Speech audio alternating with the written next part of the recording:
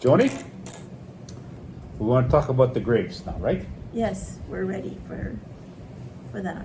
And I believe they are called Caracanti grapes. They're white.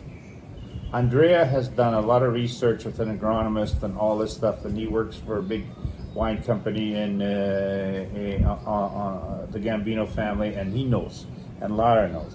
So, Joni, why don't you kind of give us a little bit of a background on why we're doing these grapes?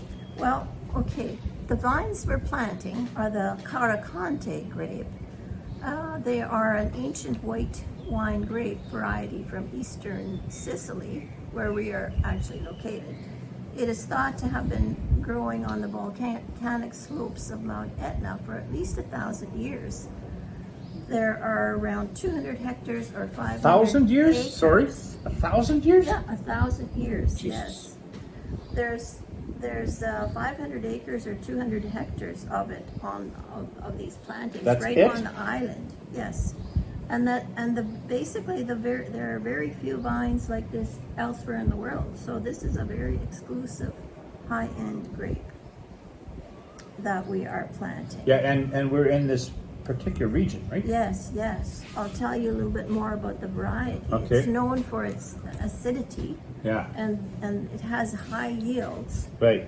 And the name Caracanti means load in Italian. Load. Big load. Load, yeah. Ah. So it's Interesting. high acidity, so the production is large. The best examples of the vines are grown in the volcanic soils of Mount Etna, or any volcanic soils actually, but we happen to be in Mount Etna vineyards, and they stretch as high as 1,200 meters, Yes. or 3,940 feet. Yes.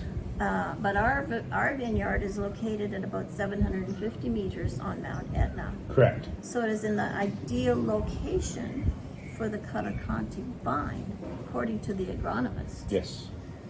So yes, and if you look at this map of Italy, the Etna DOC Right. is located on Mount Etna in Sicily, which is at the tip of the toe of the boot in Italy. It's a very large island in the middle of the Mediterranean Sea. Yeah. And it's Views just are off unbelievable. Yeah, it's just a gorgeous island. You gotta come. You gotta come.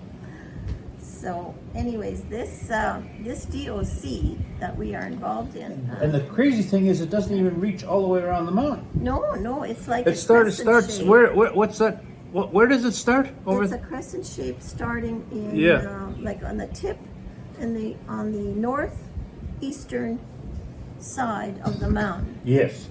And the east side of the island on Mount Etna. Yeah. And it's a continuous it's a volcanic mountain. We'll talk more about that in a different But video. it's all facing towards it's facing the sea, facing east. yes. So it faces the Vineyard, sunrise. Yes. and Reposto and Malta even.